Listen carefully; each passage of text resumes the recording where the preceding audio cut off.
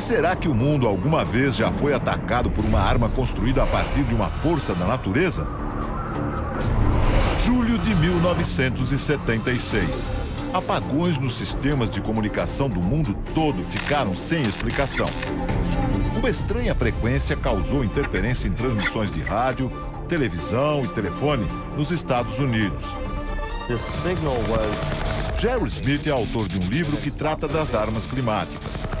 Segundo ele, os cientistas norte-americanos descobriram que o sinal secreto vinha da então União Soviética, o auge da chamada Guerra Fria entre as duas maiores potências mundiais. Fotos de satélite mostram um gigantesco radiotransmissor russo. Dele saíam ondas de extrema baixa frequência rumo à atmosfera sobre os Estados Unidos. O sinal continuou a ser detectado até 1989. Mas por quê? O transmissor soviético funcionava como um grande radar e servia para verificar se havia mísseis americanos a caminho do país. Mas alguns pesquisadores suspeitam que algo mais sinistro estava no ar. No início da década de 80, um relatório do Departamento de Defesa americano dizia que a máquina russa interferia no clima e que teria o poder de alterar o padrão dos ventos no mundo todo. Será que o transmissor foi uma arma secreta entre União Soviética e Estados Unidos? O fato é que, nessa época, algo muito estranho aconteceu.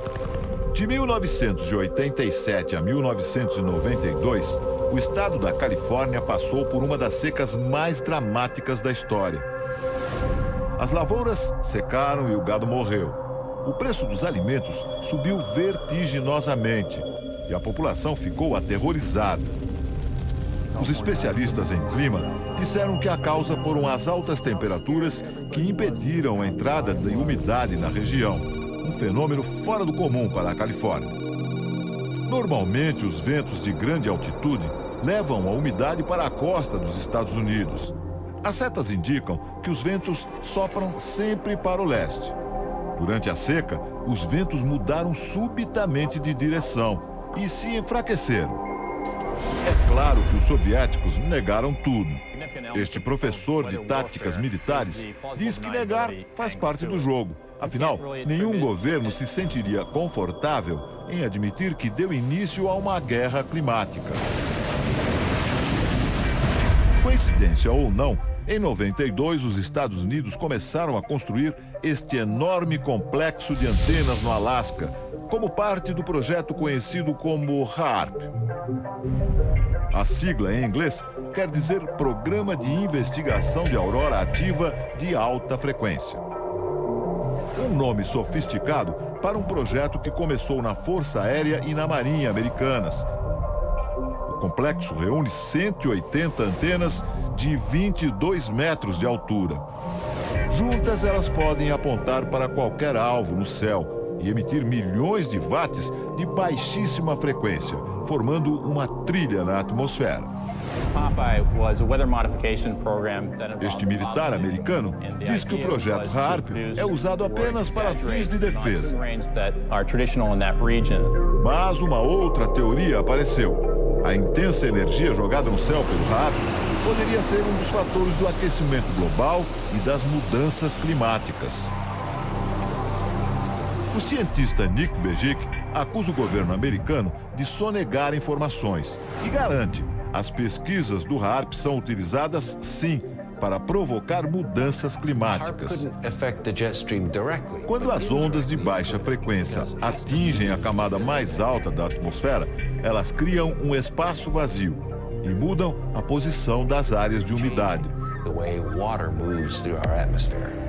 O cientista simula o efeito do HAARP em laboratório. Ele produz uma nuvem dentro de um tubo. Embaixo da nuvem há um transmissor de ondas de baixa frequência extrema. Quando as ondas são emitidas, a nuvem se move para o alto do tubo e leva junto o vapor. HAARP é apenas um dos transmissores instalados no planeta. Há outros 20 centros de pesquisa semelhantes que funcionam em lugares secretos. Para alguns cientistas, estes transmissores são capazes de alterar o clima em qualquer lugar do mundo. Mudam a direção dos ventos e provocam grandes tempestades ou secas. Até mesmo os furacões poderiam ser provocados. Não há como garantir totalmente que esses equipamentos são usados como arma climática. No entanto, alguns fatos levantam ainda mais suspeitas. Em dezembro de 2001, cientistas da NASA, a Agência Espacial Americana, fizeram uma descoberta. Eles concluíram que vários terremotos aconteceram depois de mudanças climáticas radicais. Será que o HAARP tem alguma ligação com as duas coisas? It was in the spring of 1987 we arrived. O Dr. Brooks pesquisa terremotos.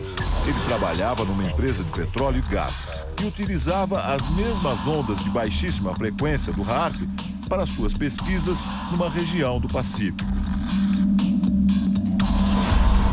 Sem querer, ele provocou um terremoto de cerca de 4,5 graus na escala Richter. O cientista mostra como o terremoto aconteceu nessa maquete do local. Um alto-falante produz sons muito graves e faz o solo tremer. Uma rocha que está no alto da coluna se desloca e acontece o terremoto.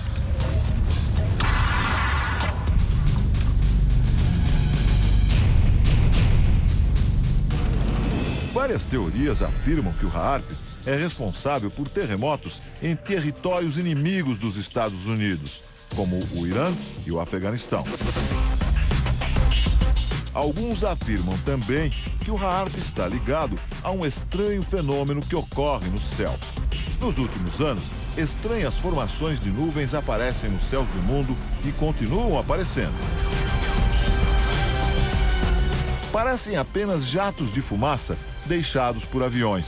Só que eles permanecem no céu por muito mais tempo. Às vezes por algumas horas, às vezes por dias, e formam nuvens artificiais. Nuvens que alguns pesquisadores chamam de rastros químicos. Chemtrails are deliberately sprayed by high-flying. William Thomas é autor de um livro sobre o assunto. A teoria dele é que esses rastros químicos são utilizados em conjunto com a HAARP.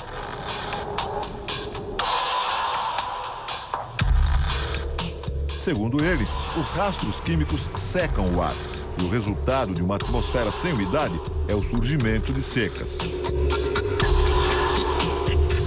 Agora imagine os efeitos disso no campo de batalha, causando longas secas em países inimigos, acabando com os recursos e forçando uma rendição. Na guerra climática, fazer o inverso também é possível. Chuvas devastadoras podem varrer cidades inteiras do mapa.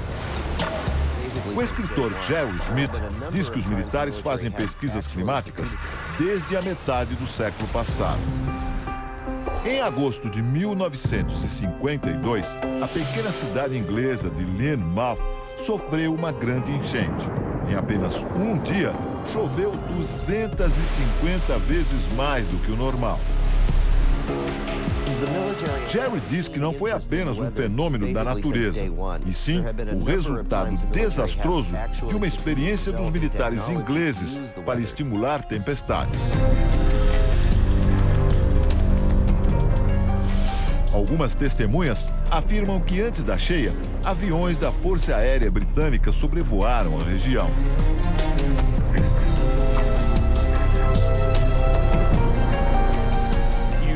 Nick Pope afirma que há relatos de que os aviões faziam manobras estranhas e lançavam produtos químicos no ar, e que muitos documentos dessa operação desapareceram dos arquivos.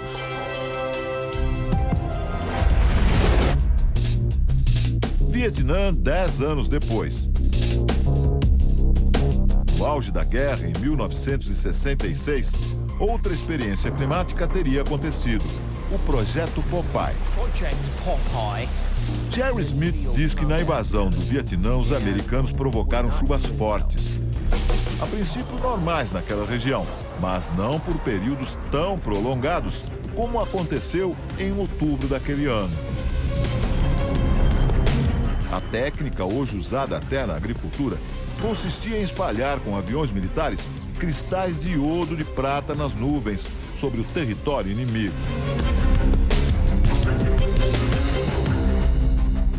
15 dias a mais de chuva foram suficientes para o avanço das tropas americanas.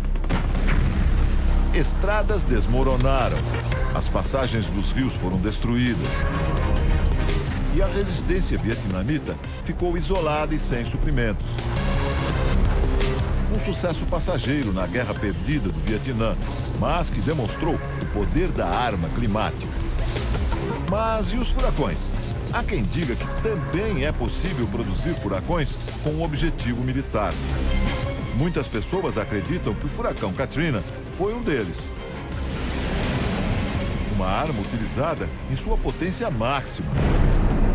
23 de agosto de 2005, o Serviço Nacional de Meteorologia dos Estados Unidos prevê uma chuva torrencial nas Bahamas. Uma tempestade desse tamanho raramente destrói casas e muito menos mata pessoas. Mas isso mudaria em pouco tempo.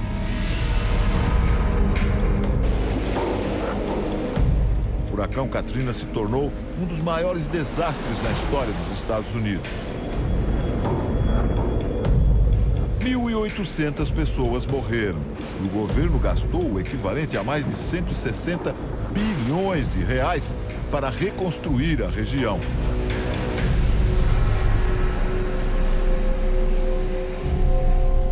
Uma das teorias é que o furacão foi provocado por experiências climáticas russas e chinesas. Uma conspiração internacional, até agora sem provas. E no Brasil, o que dizem os especialistas? O Domingo Espetacular conversou com vários cientistas do clima. Neste Instituto de Meteorologia, os pesquisadores dizem que o homem pode sim dominar certos aspectos do clima, mas que não é possível controlá-lo totalmente. Para esta meteorologista, a natureza é muito complexa e os efeitos podem sair de controle. Isso pode se voltar para ele próprio, porque a atmosfera está sempre em movimento e as mudanças ocasionadas em uma região podem vir a afetar regiões bem remotas. As consequências de certas formas de manipulação climática podem ser muito graves e acontecer em larga escala. O professor explica que o homem até pode conseguir usar o clima como arma de guerra, mas há outros fatores a serem considerados. É válido você investir dinheiro, talento científico para esse tipo de objetivo, quando você poderia estar usando o dinheiro e o talento científico para outras questões muito mais importantes e relevantes para toda a humanidade, né? Apesar de muito polêmica, a ideia da manipulação climática se multiplica e ganha corpo até nos ambientes militares. A Força Aérea dos Estados Unidos admite que pretende ter armas climáticas para uso militar até 2025. O escritor Jerry Smith diz que as grandes potências, assim como em outras épocas, correm para dominar essas tecnologias. Ele exemplifica. Numa guerra climática, o país que controlar a direção dos ventos poderia condenar outro a uma seca prolongada ou a uma nova era glacial. Sem exércitos, sem tanques ou bombas atômicas. Em lugar disso, raios destruidores. Chuvas torrenciais, terremotos e ondas gigantes. No futuro, quem controlar o clima será dono do planeta.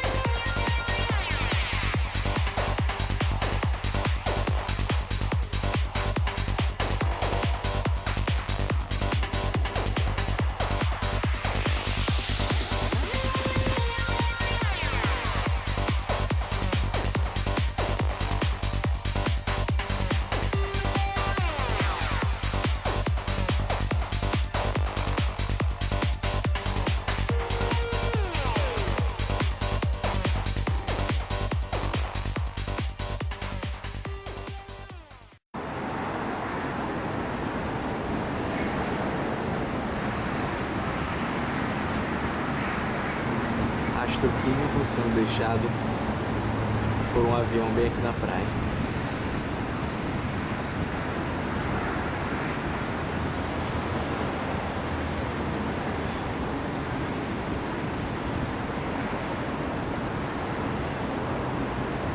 Tá vendo aí?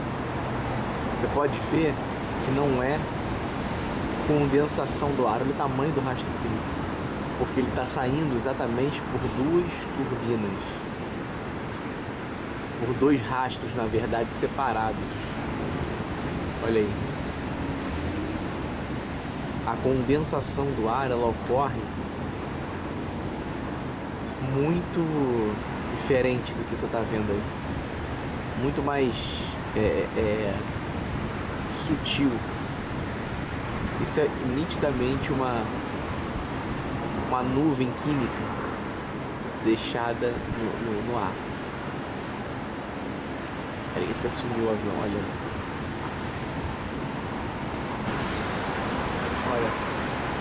Olha a velocidade que ele vai. Isso não é um avião comum.